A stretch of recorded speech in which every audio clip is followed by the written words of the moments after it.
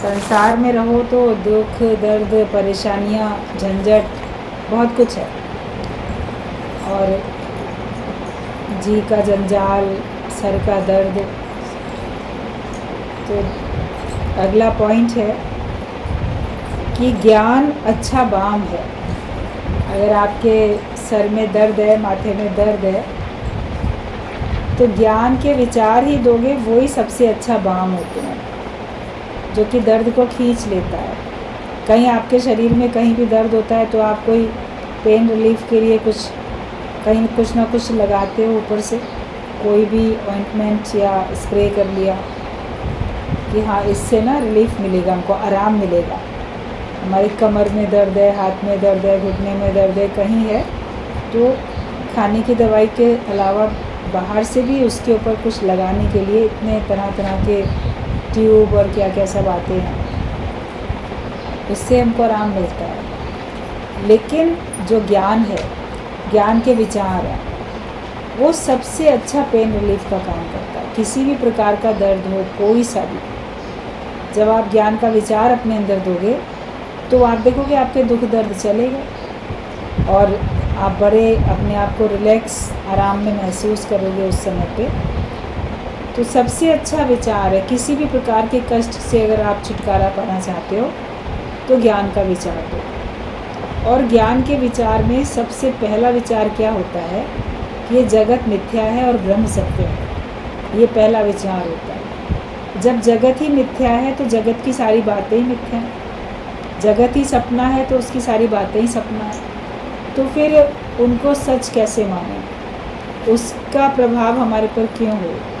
जब तक आप सपने में हो, सपने में आपको किसी जानवर ने काटा, आपका घाव, खून, दर्द, ये सब महसूस हो रहा है, फिर सपने में ही आप किसी डॉक्टर के पास जाके अपना कोई मरहम पट्टी कराते हो, दवाई खा रहे हो, उसको फीस दे रहे हो, आराम मिल रहा है तो ठीक महसूस करते हो। लेकिन जैसे नींद खुली तो फिर आप देखोगे ज़ख्म ही नहीं था और दर्द भी नहीं था, ना किसी ने काटा, ना कोई ज़ख्म हुआ, ना कोई दर्द, ना उसकी कोई दवाई, तो वो सब सपने में ही था। तो जो जगत है सपना, इसमें हमें जो कुछ दुख मिला, दर्द मिला, फिर उसका हमने इलाज किया। लेकिन आत्म जागृति में आए तो लगेगा कि ना अज्ञान था और ना कोई ज्ञान था उसके लिए। वो बिल्कुल आत्म जागृति की स्थिति होती है। ऐसी अपनी स्थिति बने। सपने की बातों को सच क्यों मानो? सपने में कई बार डर जाते हैं, सचमुच में देखते हैं तो ऐसा कुछ भी नहीं है। कभी बड़ी भूख या प्यास लगती है सपने में, जागृत में नहीं भी आपको लगती है भूख, या सपने में लगता है पता नहीं क्या नुकसान हो गया, चोरी हो गई, कुछ हो गया, जाग के देखते हो सब कुछ सामान अपनी जगह पे रखा है, कुछ भी नुकसान नहीं हुआ। तो जगत में भी जो नुकसान होता है या जो नफ़ा होता है, सपने में मुझे ये मिल गया, छत भर के लड्डू मिल गए, कहीं पैसा मिल गया, कुछ मिल गया, तो सचमुच में थोड़ी प्राप्त हुआ। तो जगत का ना लाभ ना हानि, दोनों का ज्ञानी के ऊपर कोई अंदर से प्रभाव नहीं पड़ता, क्योंकि वो उसको मिथ्या करके देखता है। तो ज्ञान का विचार, पहला विचार यही है कि जगत मिथ्या है और ब्रह्म ही सत्य है। ब्रह्म ही ब्रह्म हर जगह समाया, जिससे बिना कुछ नज़र न आए। हमको कुछ और नज़र आए ही नहीं। जहाँ देखें बस भगवान तुम ही तुम दिखाई देते हो। तुम्हारे अलावा मुझे और कुछ दिखाई नहीं दे रहा, बस परमात्मा तुम ही हो। मैं देखूं जे सोर प्रभु जी, सामने मेरे तुम ही तो हो। इस रूप में भगवान, उस रूप में भगवान। मीराबाई के सामने विष धर आया सांप, तो कहती है भगवान तुम सांप के लिबास में आ गए। और विष का प्याला आया तो कहती है भगवान तुम्हारा अमृत, चरणामृत मिल गया। उसने भगवान का ही भाव तो रखा। तो सांप ने भी उसको नहीं काटा, सांप भी उसके लिए फूलों की माला बन गया। जैसे शंकर भगवान गले में सांप ऐसे डाल के माला की तरह से लपेट के चलते हैं, तो सांप तो उनको कुछ नहीं कि नुकसान पहुंचाता। उसने भगवान का भाव रखा मीराबाई ने, तो उसका कुछ भी नुकसान नहीं हुआ। हम भी भगवान का भाव रखेंगे तो हम देखेंगे अंदर से हमारा कोई नुकसान कर ही नहीं सकता। ज्ञान का विचार पहला करो। दूसरी बात, इच्छा रहित हो जाओ। मैं अपने को जीव मानता हूँ तो मेरे अंदर इच्छाएं उठती हैं, इच्छाएं पूरी नहीं होती हैं तो मैं कष्ट में आता हूँ। तो मुझे कुछ चाहिए ही नहीं, मेरी आवश्यकता भगवान को पता है। Be like a child, Christ ने बोला है, बालकवत हो जाओ, छोटा बच्चा। छोटे बच्चे को अपनी आवश्यकता का पता ही नहीं होता। बड़े लोगों को पता है तो इसको कौन से ड्रेस पहनानी है, कौन सा खिलौना देना है, कब इसको दूध पिलाना है, कब इसको खाने की चीज़ देनी है, कब इसकी संभाल करनी है।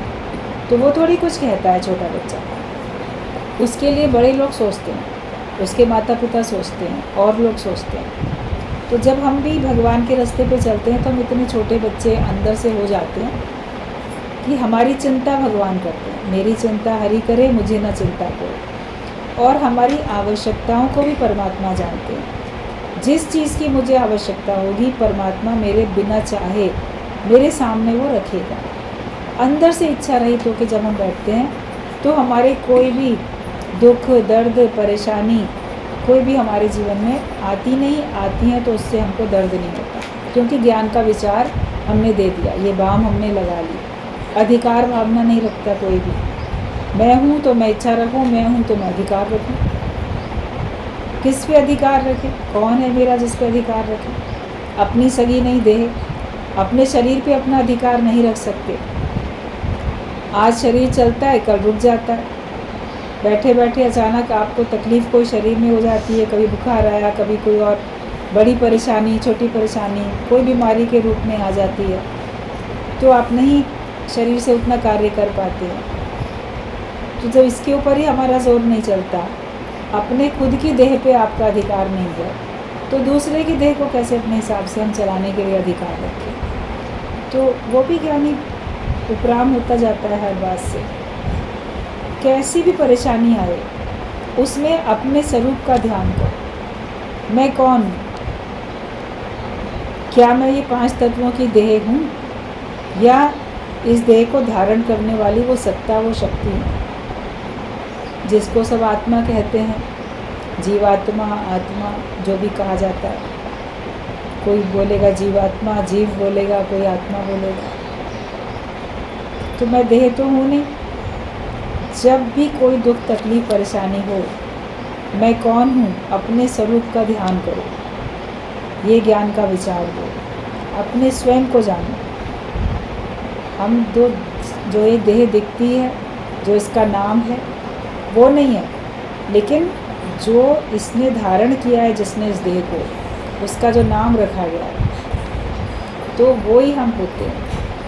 अपने स्वरूप को हमको याद करना है। जब हम अपने स्वरूप को याद करेंगे तब फिर हमारे सारे दुख, दर्द, परेशानियाँ सब मिटते चले जाएंगे। तो ज्ञान सबसे अच्छा बाम, ऐसा बाम है ज्ञान जो कि हमारे हर प्रकार के दर्द को दूर कर देता है।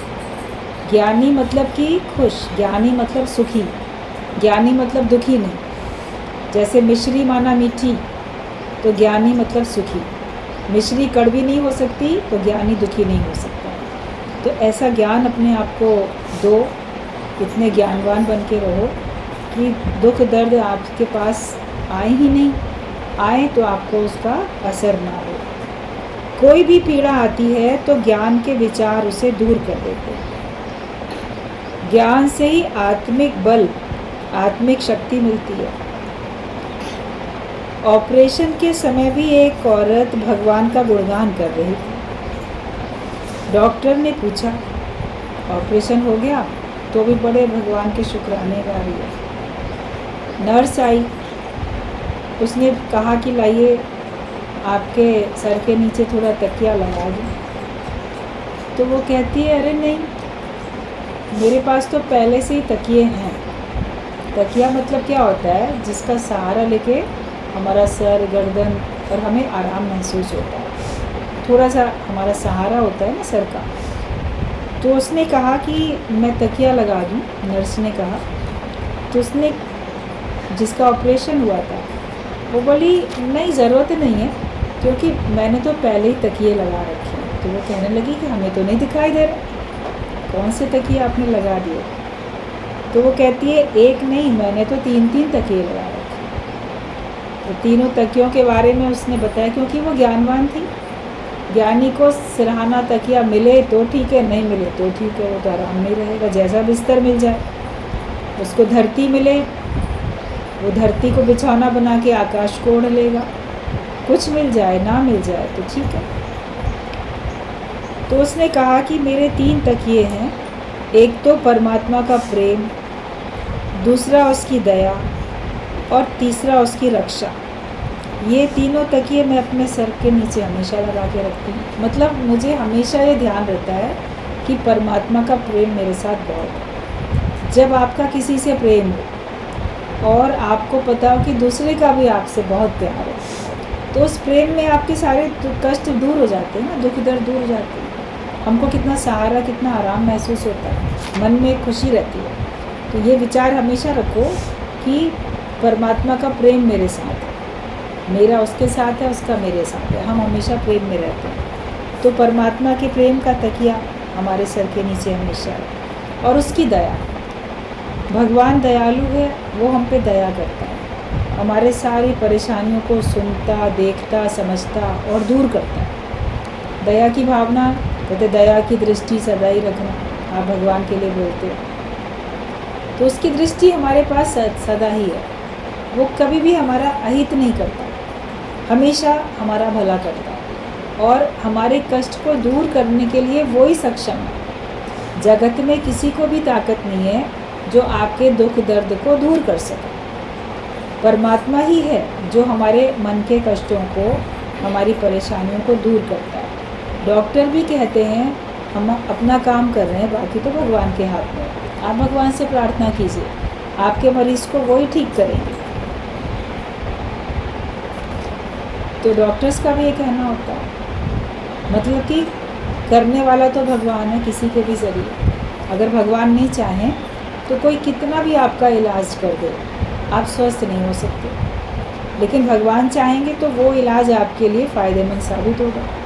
एक ही डॉक्टर कई पेशेंट का इलाज करता है, कुछ तो बिल्कुल ठीक हो जाते हैं और कुछ नहीं ठीक होते हैं। बीमारी एक सी होती है, तो कारण क्या है? डॉक्टर भी वही है, बीमारी भी पेशेंट की वही है और दवाइयाँ भी अपने हिसाब से वो बहुत अच्छी देता है। लेकिन उसमें कोई तो ठीक हो पाता है, कोई नहीं ठीक हो पाता। तब समझ में आता है ना, हुक्म है भगवान का। अगर भगवान का हुक्म होगा तो कोई ठीक हो पाएगा, कोई किसी को ठीक कर सकता है वरना नहीं कर सकता। तो ये हमेशा महसूस करो भगवान बहुत दयालु है और वो जो भी कुछ मेरे सामने परिस्थिति लाता है ये उसका प्रेम है और उसकी दया है। हम लोग सोचते हैं भगवान तो मेरी तरफ ध्यान ही नहीं देता, वो मेरे लिए बड़ा कठोर है। वास्तविकता में वो कठोर नहीं है। तो ये दूसरा तकिया भगवान की दया का, वो अपने सिरहाने हमेशा रखो, मतलब हमेशा उसके ध्यान में रहो। जब आपका सर तकिए पे होता है तो आपको पता रहता है ना तकिया है मेरे साथ। कहीं इधर उधर हो जाता है तकिया और ढूंढते हो मेरा तकिया गिर तो नहीं गया नीचे। कई बार ट्रेन में होते हैं, कहीं और होते हैं, तो लगता है तकिया पता नहीं कहाँ चला गया, फिर देखते हैं अच्छा हाँ इधर खिसक गया था, इधर का। तो ये हमेशा ध्यान में रहे कि परमात्मा का प्रेम मेरे साथ है, पहला तकिया। दूसरा परमात्मा की दया, वो हमेशा मेरे साथ होती है। और तीसरा भगवान की रक्षा, वो मेरे लिए सुरक्षा कवच है, वो मेरी रक्षा कर ही रहा है। योगक्षेम का भार भी उठाता है, वो हमारी रक्षा करता है। पग पग पे, पल पल पे वो हमारी रक्षा करता है। वरना लोगों को विश्वास ही ना हो। आप रात को सोते हो, सवेरे उठते हो, आपको विश्वास है ना कि हम जीवित उठेंगे। बहुत सारे काम हम विश्वास पे करते हैं, मालूम है हम कल तक जीवित रहेंगे। और जब आप गहरी नींद में सो गए तो आपकी रक्षा किसने की? उस नींद में कुछ भी तो हो सकता था, लेकिन उस नींद में भी भगवान आपकी रक्षा करते हैं। आप सोते हो, भगवान जागता है आपके लिए। जब आप जागते हो तो भी जागता है, सो जाते हो तो भी जागता है, वो तो जागती जो होता है। तो ईश्वर हर पल मेरी रक्षा कर रहा है, मेरा कुछ बिगड़ने नहीं देगा। इस विश्वास का तकिया हमेशा अपने सिरहाने रखो। हमेशा याद रहे कि मेरा रक्षक मेरे साथ है, वो मेरे साथ है तो मुझे डर किस बात का। जब हमारा साथी भगवान है, रक्षक है, और इतने रूप में उसका ये सब मुझे रक्षा का मिल रहा है। सब कितने रूपों में वो हमारी रक्षा करता है, जड़ चेतन हर एक रूप में भगवान हमारी रक्षा करते हैं। तो उसने कहा कि मैं तो भगवान का गुणगान कर रही हूँ क्योंकि मेरे पास तो पहले से ही 3 तकिए हैं, बाकी ये तुम लगा दोगी तो ठीक बात है, नहीं लगा दोगी तो कोई बात नहीं। वरना तो पेशेंट चिल्लाता रहता है ना, डॉक्टर साहब देखो, नर्स इधर आओ, ये दो वो दो, मुझे यहाँ दर्द हो रहा है, वहाँ तकलीफ़ हो रही है। तो उसको तो भगवान के गुणगान से ही फुर्सत नहीं थी, वो तो भगवान की महिमा में डूबी थी। हम अगर ईश्वर के शुक्राने गाते रहेंगे तो हमको शिकवे शिकायत करने का कोई चांस ही नहीं है, अवसर ही नहीं मिलेगा, मन ही नहीं चाहेगा। कोई आपको कुछ देगा भी, बोलोगे तुम्हारी मर्ज़ी है, दे दो तो बड़ी अच्छी बात है, नहीं दे दो तो भी हम खुश हैं। पदार्थों के रहने के या ना रहने के वो कारण नहीं है उसके खुश होने के, उसके खुश होने का कारण है कि वो भगवान के गुणगान गाता है और वो अपने सच्चे स्वरूप में रहता है, वो ज्ञान में रहता है। जिसके पास ज्ञान के विचार हैं उसके पास कोई कष्ट टिक नहीं सकता, आ ही नहीं सकता। तो उसने, स्त्री ने कहा, महिला ने, कि 3 तकिए तो मेरे पास लगे हैं और ये मेरे पास हमेशा रहते हैं। भगवान पहले धीरज देता है, बाद में परीक्षा लेता है। आप बोलो मुझे ना बहुत पग पग पे परीक्षाएं देनी पड़ती हैं, तो परीक्षा देने से पहले भगवान ने तुम्हें धीरज भी दिया होगा, तभी उस परीक्षा का सामना कर सके, मुकाबला कर सके और उसमें थोड़ा बैलेंस बना के रख सके। ईश्वर पहले हमें धीरज देता है और बीच में भी, बाद में भी। उसी धीरज से ही तो बाद में हम उस दुख दर्द को भूल पाते हैं। कोई कष्ट आता है, लोग आते हैं सांत्वना देने के लिए, तसल्ली देने, अरे धीरज रखो, धैर्य से काम लो, ये परिस्थिति आई है, अपने अंदर विश्वास भगवान के लिए आगे भी बना के रखो, धैर्य से इसका सामना करो।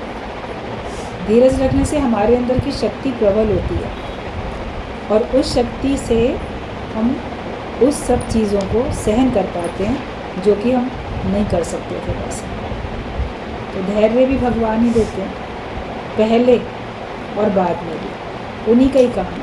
अगर भगवान न चाहे तो कोई अपने दुख दर्द भूल ही नहीं सकता है कभी भी। बचपन के दुख भी आपको बुढ़ापे तक याद आके दुखी करते रहेंगे। जब उनको याद करोगे तब आपकी आँख में आंसू आएंगे। एक सत्संगी प्रेमी थी, 70-80 साल की एज थी, और जब गीता भगवान से मिली और उसने, गीता भगवान ने पूछा, बातचीत की, सत्संग आने लगी, अच्छा लगा, उसके पास गए, उसका जैसे पूछा हाल, तो जब उसने अपने बारे में बताया कि कितनी कम उम्र में, 23-24 साल की उम्र में, 25 साल से पहले उसका पति का शरीर शांत हो गया था, तो उसके पति की मृत्यु को 50 साल हो चुके थे, 75 साल से ऊपर थी और 24-25 साल की उम्र में उसका पति दुनिया से चला गया था। लेकिन जब उसने उन बातों को बताया तो उसको अंदर से इतना दुख, इतनी तकलीफ़ थी, जैसे कि और लोगों ने सोचा कि शायद अभी बहुत जल्दी ही, रिसेंटली इसका पति दुनिया से गया है। जैसे किसी का अभी हफ्ता भर, 4-6 दिन पहले ही किसी के पति का शरीर शांत हुए, तब वो जैसे एकदम बिलख के उसके आँख में आंसू आते हैं। तो उसको बताने में, गीता भगवान को बताने में ऐसे ऐसे उसको आंसू आए। लेकिन सब कुछ बात कर ली, बता दी, गुरु ने भी उसको सब तसल्ली दी, फिर उनका दुख दर्द हमेशा के लिए ख़त्म हो गया। तब बताया था कि देखो, अगर ज्ञान नहीं है, दुख ना उतरे ज्ञान दो। ज्ञान नहीं है तो आज 50 साल से भी वो दुख तो ताज़ा है ना, हरा है बिल्कुल। आप बोलते हो समय रहने से ना कम हो जाता है, देखने में बाहर से आता है कम हो गया, लेकिन जब भी अकेले में या कभी कोई घटना कोई बात याद आएगी तो फिर जब सोचोगे या वर्णन करोगे तो फिर उतना ही दुख महसूस करोगे। ज्ञान है तो आपको लगता है सब सपने की तो बात थी, सचमुच में थोड़ी किसी ने मेरे को कोई कष्ट दिया था। और वो तो एक हिसाब किताब है, हुक्म, कोई आता है कोई जाता है, जग है सराय, कोई आए कोई जाए। गुरु ने पहले समझा दिया, भूल के यहाँ कोई दिल ना लगाए। हम अपना दिल अटका लेते हैं ना, तभी तो हमको परेशानी होती है। जितनी चाबी भरी राम ने उतना नाचे खिलौने। तो दुख कोई बचपन का भी अंत तक नहीं भूलेगा अगर ज्ञान का विचार नहीं हो तो कोई सोचे कि समय से कम हो जाता है, तो अगर कम होता हुआ दिख रहा है तो भगवान की कृपा है, भगवान ने हमको धीरज दिया। क्योंकि इतने साल तक उस महिला ने फिर अपने बच्चों को पढ़ाया लिखाया, खुद भी नौकरी की, बड़ा किया, वो अच्छे बिजनेसमैन बन गए, उनकी भी शादियां हो गई। इस पूरे 50 साल में क्या वो हंसी नहीं होगी, मुस्कुराई नहीं होगी, खुश नहीं रही होगी? खुश रही, हंसी मुस्कुराई, लेकिन वो जो अंदर का कष्ट था तो वो ऐसे ही बना हुआ था, क्योंकि जब उसको याद किया तो उसको इतना तकलीफ हो गई। आप देखोगे ज्ञान से आपके अंदर से तकलीफ मिट जाती है, क्योंकि सच्चाई समझ में आ जाती है। हम उस सच्चाई को जान लेते हैं तो फिर हम भगवान के किए में नाराज़ नहीं होते। हमें कोई टेंशन, कोई सर दर्द नहीं होता, कोई दिल दर्द नहीं होता, कई प्रकार का, किसी प्रकार का कोई दर्द हमको फिर होता नहीं। तो भगवान पहले धीरज देता है, बाद में परीक्षा लेता है। उस समय भी धीरज दिया होता है भगवान ने, तभी आप सह पाते हो, और बाद में भी भगवान धीरज देते हैं, तभी आप सह पाते हो। ज्ञान ही अचूक औषधि है। ज्ञान की औषधि ऐसी औषधि है जो कि किसी भी हाल में फेल नहीं हो सकती है, मतलब उसका असर आपके ऊपर अच्छा हो। ज्ञान हो और आपका दुख दर्द ना जाए, ऐसा हो नहीं सकता। हर समय भगवान अंग संग है। ये हमेशा महसूस करो कि हर समय भगवान मेरे अंग संग है, कभी मेरे से अलग नहीं, ना मैं उससे जुदा ना वो मुझसे जुदा। किसी न किसी रूप में परमात्मा हमारे सामने है, बस हमें उसको पहचानने की नज़र और उसको समझने की बुद्धि होनी चाहिए कि हाँ ये भगवान है। वरना तो परमात्मा चारों तरफ है। ते हरि भयो खांड रेत में बिखरे, जैसे रेत में चीनी के दाने मिला दिए जाएं तो कैसे एकदम मिल जाते हैं एकदम।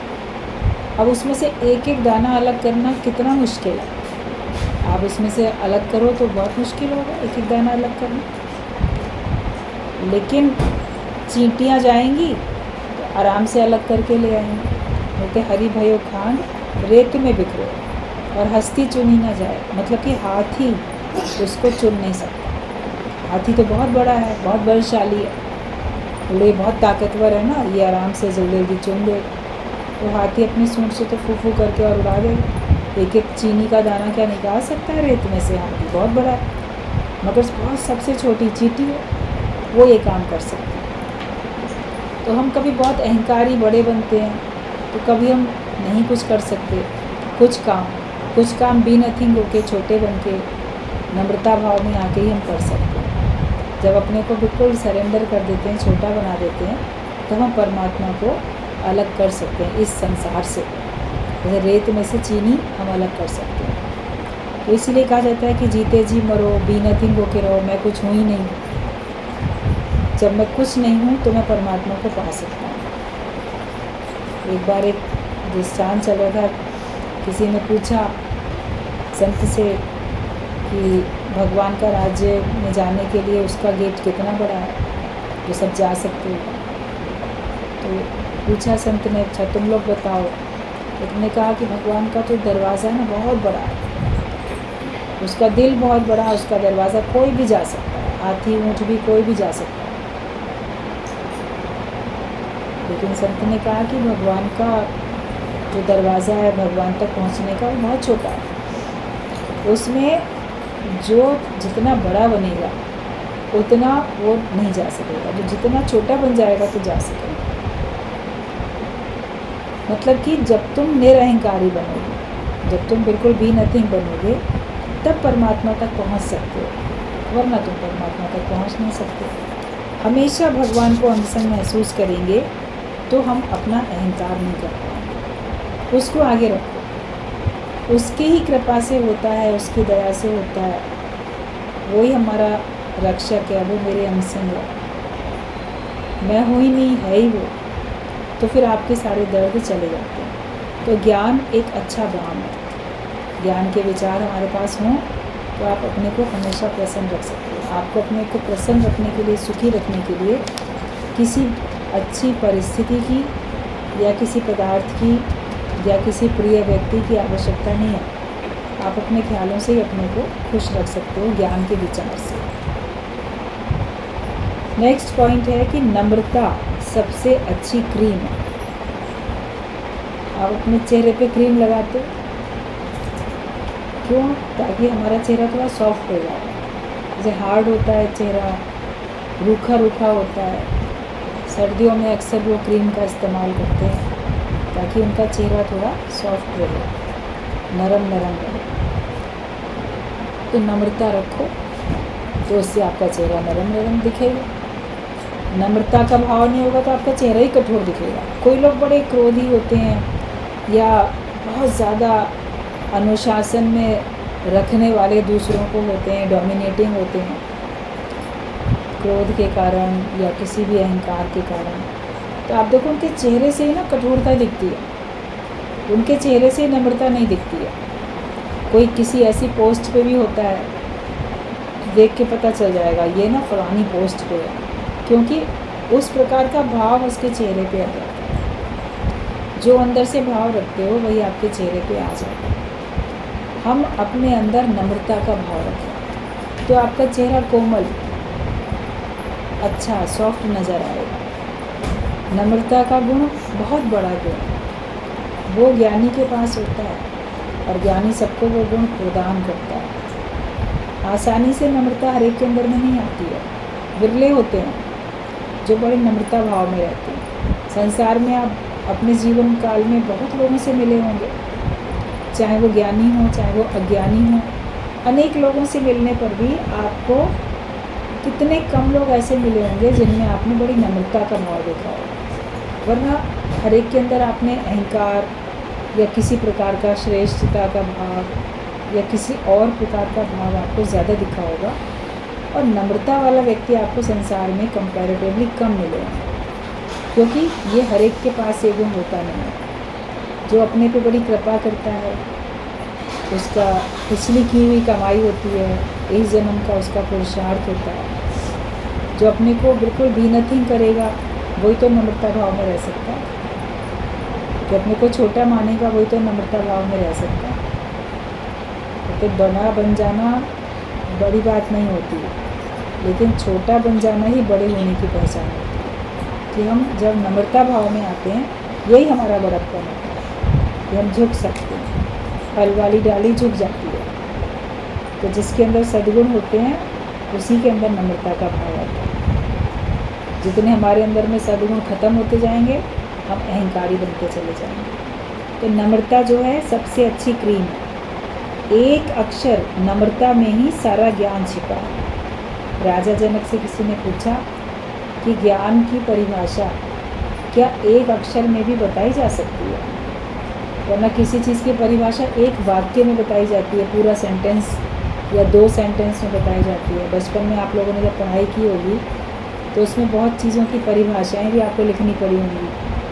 संज्ञा की परिभाषा, तो सर्वनाम की परिभाषा, तो विशेषण, और भी बहुत चीज़ों की परिभाषाएं आपको पढ़ाई गई होंगी। तो वो पूरे एक एक सेंटेंस में उसके बारे में बताया गया होता है, 2 सेंटेंस में बताया गया। तो ज्ञान की परिभाषा क्या है?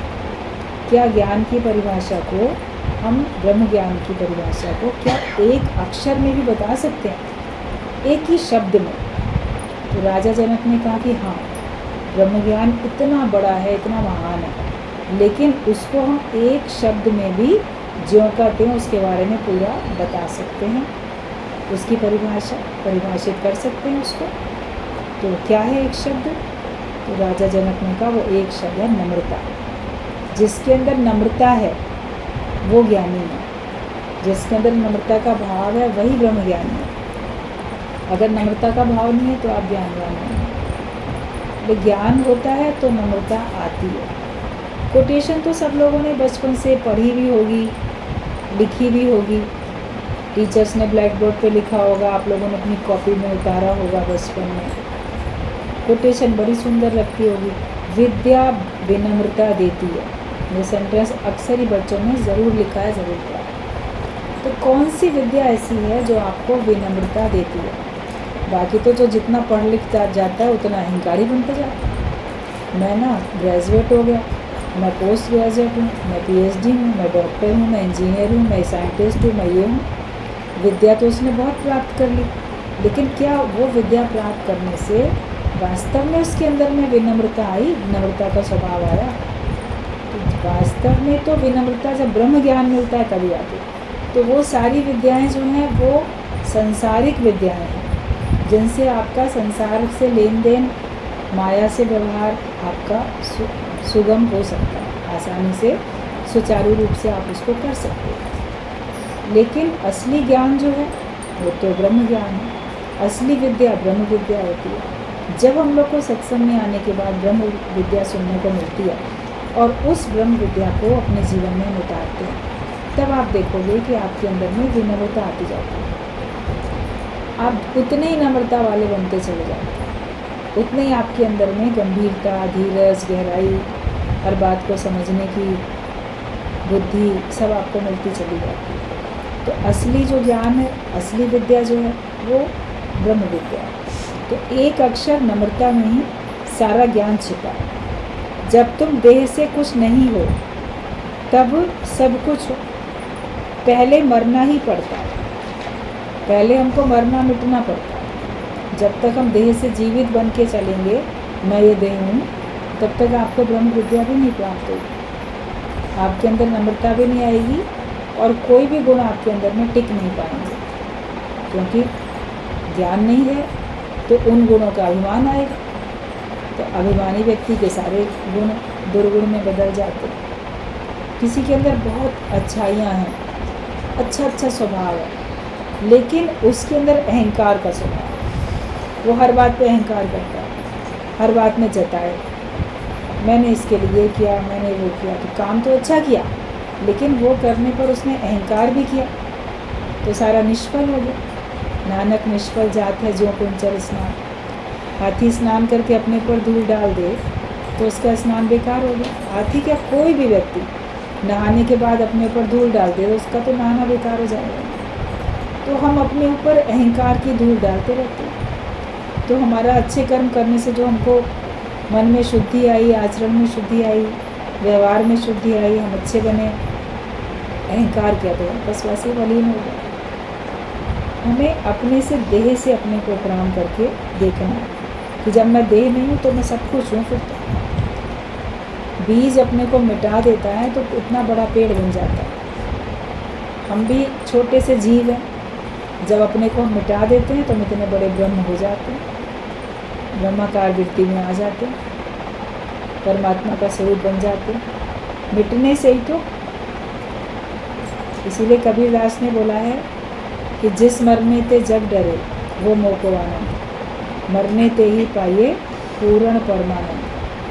तो जिस मरने से जगत डरता है, अरे हम मर जाएंगे तो क्या होगा, सब कुछ ऐसे ही रह जाएगा, तो वो ज्ञानी के लिए आनंद है। मतलब अपने को बी नथिंग करता है तो उसको खुशी आती है, लेकिन अपने को मिटाने से ही उसको पूर्ण परम आनंद की प्राप्ति होती है। जितनी खुशी आपको अपने को कहीं जताने से, कहीं बनाने से, बताने से मिलेगी ना, उससे कई गुना ज़्यादा खुशी अपने को मिटाने में महसूस करें।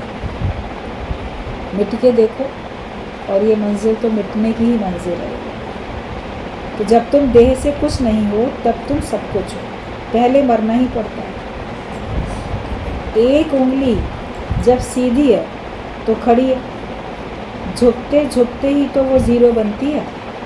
आप अपने एक उंगली को इशारा करो तो वो खड़ी सीधी आपकी पहली उंगली दिखाई देती है, लेकिन जब उसको आप झुकाते जाते हो तो अंगूठे से टच होती है या बिल्कुल आपकी हथेली से कहीं टच होती, तो वो कैसे गोल होकर ज़ीरो का निशान बन जाता है, बनता है ना ज़ीरो का निशान, मतलब कि ज़ीरो कुछ भी नहीं और एक वैसे तो मैं हूँ।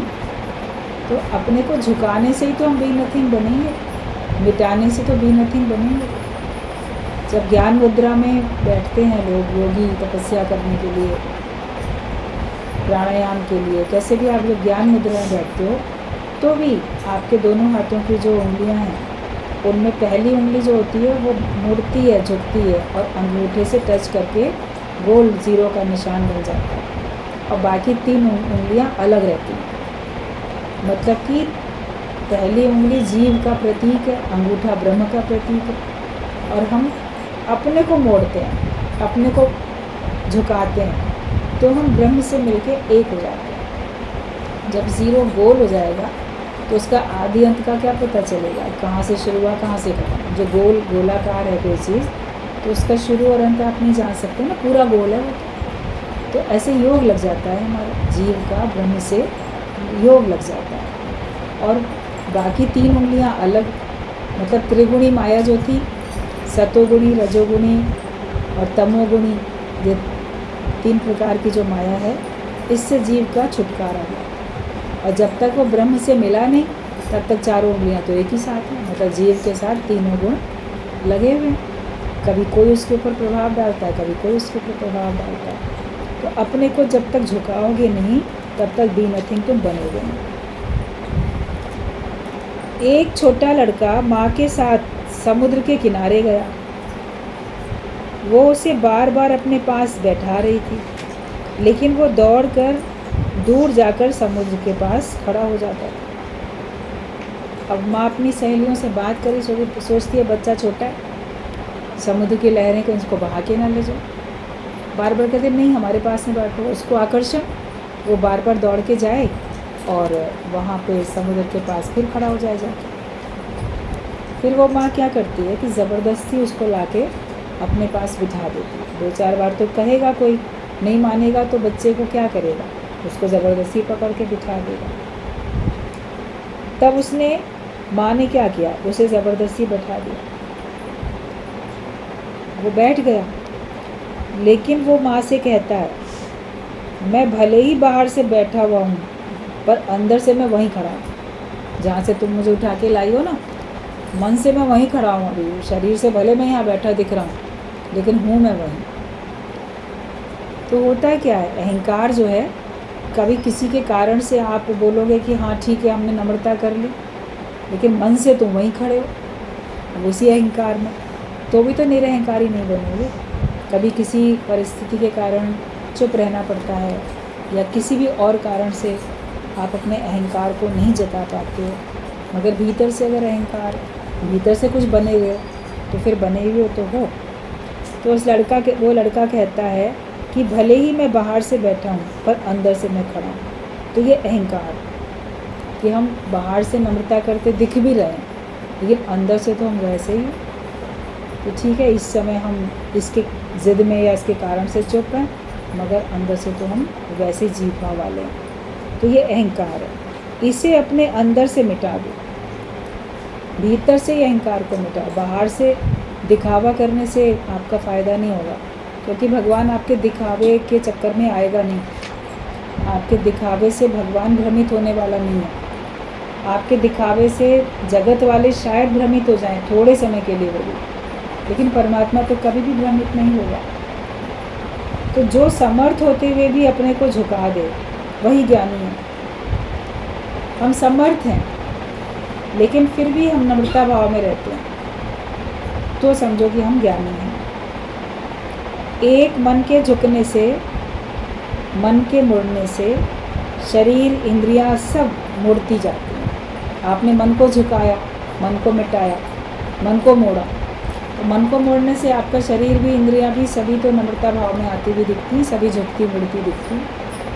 वरना आपकी बॉडी लैंग्वेज ही ऐसी दिखाएगी, अकड़ के शरीर के हाव भाव ऐसे होंगे जो अहंकार को जताएंगे, प्रदर्शित करेंगे। मुँह से आप नहीं बोलोगे लेकिन आपका हाव भाव, दिखना, उठना, बैठना सब अहंकार को दर्शाता रहता है। लेकिन मन जिसका मुड़ जाता है, मन में अहंकार नहीं रहता, तो उसके शरीर में भी, उसकी चाल में भी, चाल ढाल में, बातचीत में, सब में आपको नम्रता भाव दिखाई देती है। एक मन के मुड़ने से, मन के झुकने से शरीर, इंद्रियां सब मुड़ जाती हैं।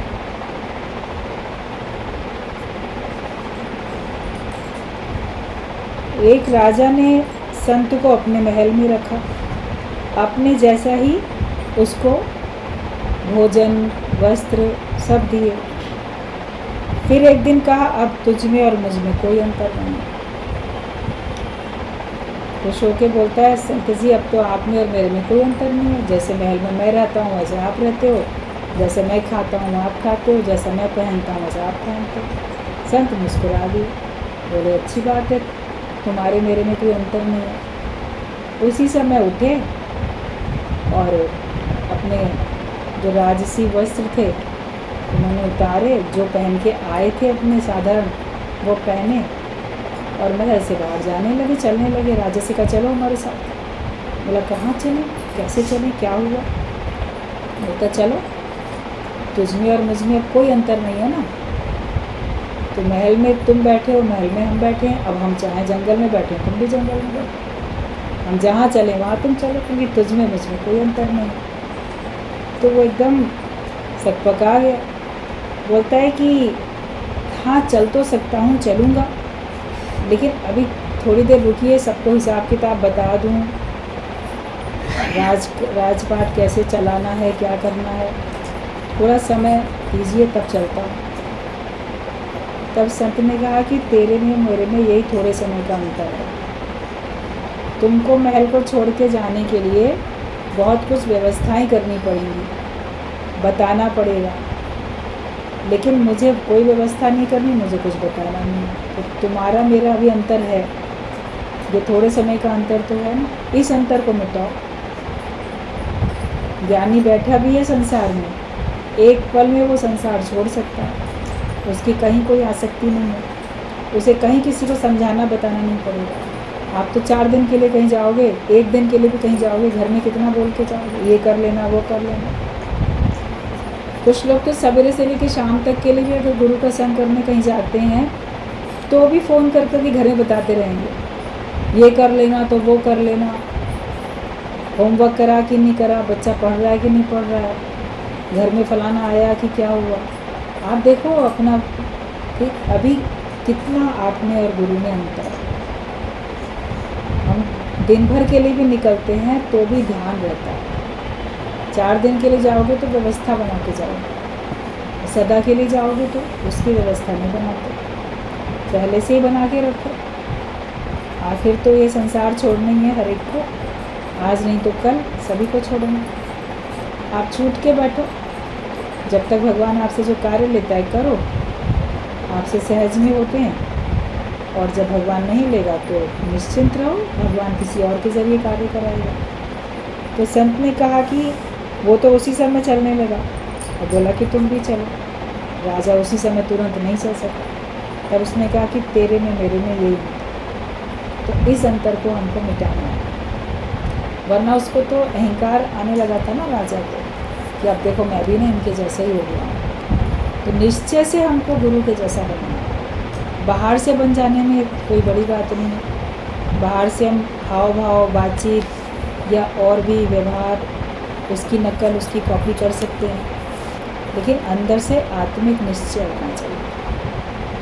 आत्मिक निश्चय जो होगा वो आपको निर्बंधन करेगा, वरना तो कोई ना कोई बंधन आपके ऊपर हमेशा रहता ही रहता है। नम्रता भाव में रहो, छूट के बैठो, निर्बंधन होके बैठो, तब तुम में और भगवान में फिर कोई अंतर नहीं।